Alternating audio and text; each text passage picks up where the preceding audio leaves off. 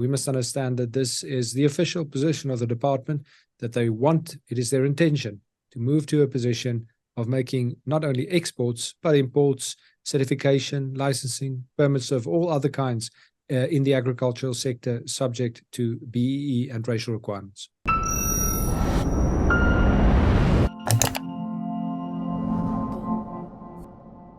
Internal documentation obtained by Sakeliga indicates that the Department of Agriculture, Land Reform and Rural Development has been developing and partially implementing an unlawful AgriBEE enforcement plan.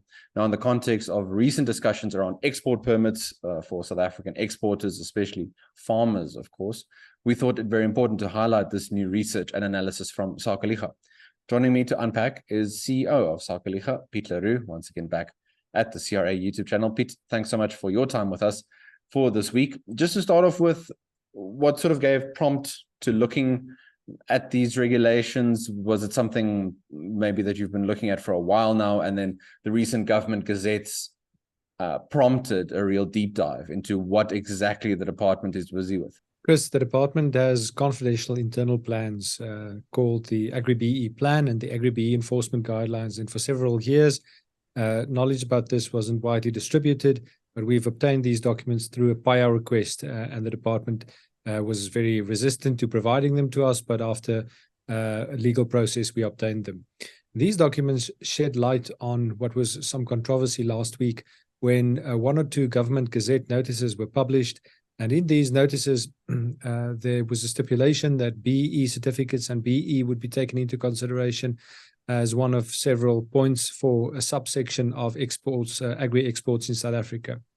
It really was limited to a small number of agricultural products in those regulations. But then the department vehemently denied that it has any intention to make BEE a prerequisite for agricultural activity. That prompted us to go back to these documents that we received several months ago, which we were working on for another court case, and we realized, well, this is important to release now because we didn't think the department would deny that they're actually doing this. Turns out they wanted to deny this, and that's where we released these documents, because it proves the lens through which the department looks at everything it publishes, and the lens that we must understand as an industry and in the economy and as the public. We must understand that this is the official position of the department, that it is their intention to move to a position of making not only exports, but imports, certification, licensing, permits of all other kinds in the agricultural sector, subject to BEE and racial requirements. Pete, in terms of identifying the risks here, so if one wanted to play devil's advocate and play the other side, one talks about transformation and opening up the economy and bringing in new players, all that sort of thing. In terms of the pernicious effects of these sorts of requirements, are there key points that you think need to be highlighted? Because for many, these sort of regulations and requirements would be couched in the language of transformation, all flowery language, that sort of thing. But the concrete effects aren't in any regard, I think, what one can consider positive. The first point to make here is that the situation is serious. If the department were to implement fully these measures that they have explicitly put out there in black and white, or not put out there, kept confidentially within their own confines, but we've released now, that is a plan for great harm to the agricultural industry, great harm to the security of the food situation in South Africa, and great harm in many other ways. That's the first point to make. The second point to make is that in South Africa, there is a thriving agricultural sector, wonderful production, bumper years in exports every now and again for different commodities. And so agriculture in South Africa is not in a crisis because of these confidential plans. That tells us that the plans have not been fully implemented. But the third point here to make is that they are to some extent already being implemented. This is where the requirements to provide BEE certificates when you interact with the Department of Agriculture, Rural Development and Land Reform, when you interact in the agricultural sector, even if you're not a producer, just an exporter and so on, when you interact with the department considers it within its rights to deny you assistance, to deny you permits, they call it services, to deny you any kind of service if you do not subscribe to a minimum BEE level. That's the intention. Now, of course, to get there, you first need to have a compliance regime in place. And that's the phase the department is in now, if we look at these plans. And so that phase means get everybody to comply by giving BEE certificates. And then in time, once that is habit, once that is not attacked and resisted anymore, then the department can start introducing minimum levels of BEE performance before they will assist you. And the fourth point to make on this is that this is not, therefore, while it is serious, it is not a crisis right now. It is a medium-term risk. The department, though, thankfully, is much weaker than it purports to be, and that these regulations could seem to suggest. These regulations, to be more precise, this AgriBEE plan and these AgriBEE enforcement guidelines, which are actually instructions, these documents, I think, are a sign of weakness on the side of the department, and they contain within themselves already acknowledgements that the plans are unlawful, and that there will be a whole process before implementation is final. So just to recap this final point, point 4 is, it's not an immediate crisis, it is a very serious medium-term risk.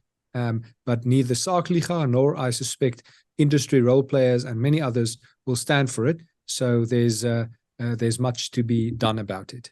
Piet, at the time of recording, over 71,000 containers are sitting on various container ships waiting to be unloaded at Durban Harbour. Cape Town Harbour also has numerous problems, the biggest of which is issues with cranes. So you add to the trade infrastructure issues with Transnet, which it seems to be coming to a head now. You add to that these regulations, these requirements that make it all the more difficult, if not impossible, for many of South Africa's exporters to get their goods out. You look at a global environment where economic growth is quite tight, things are very difficult in South Africa, job creation at the moment barely moving along, if we're being kind. The negative effects of this sort of regulatory framework on the economy, on job creation, anything from Sakeliga in that regard, just in terms of the business environment that this sort of thing reinforces? Chris, I suspect that these enforcement guidelines and these plans are not unique to the Department of Agriculture. And we are actively engaging other departments and other entities of state to get behind the cup of the bale, so to say, to understand, get more information about what's going on. I would not be surprised if these types of guidelines and enforcement plans are part of the reason for the dire state of affairs in other areas of the state, including the harbour situation. Look, this is costing the public billions, what's happening in the harbours right now, but not the same thing, but similar things are happening in other areas of the economy as well. And everywhere where that happens, the state is the bottleneck. How we see the way forward is, we could call it the man-up strategy. What you need to do is maximum achievable non-compliance with BEE. That is the responsible public thing to do. Find ways to add value, find ways to do business across community and racial lines, find ways to embed yourself in the local community, find ways to be productive, find ways to be successful, but don't do it on the government's BEE terms. These are all proven failure recipes. And so I would say, if there is at this point a social obligation for business in South Africa, it's to start doing business on our own terms, wherever it's achievable, and not on government's terms. Thank you very much for watching. A reminder, please, before you leave, if you haven't yet done so, like this video. And also, if you haven't yet, we invite you to subscribe to our YouTube channel. Until next time, this has been Chris Hattingh for the Centre for Risk Analysis. Take care.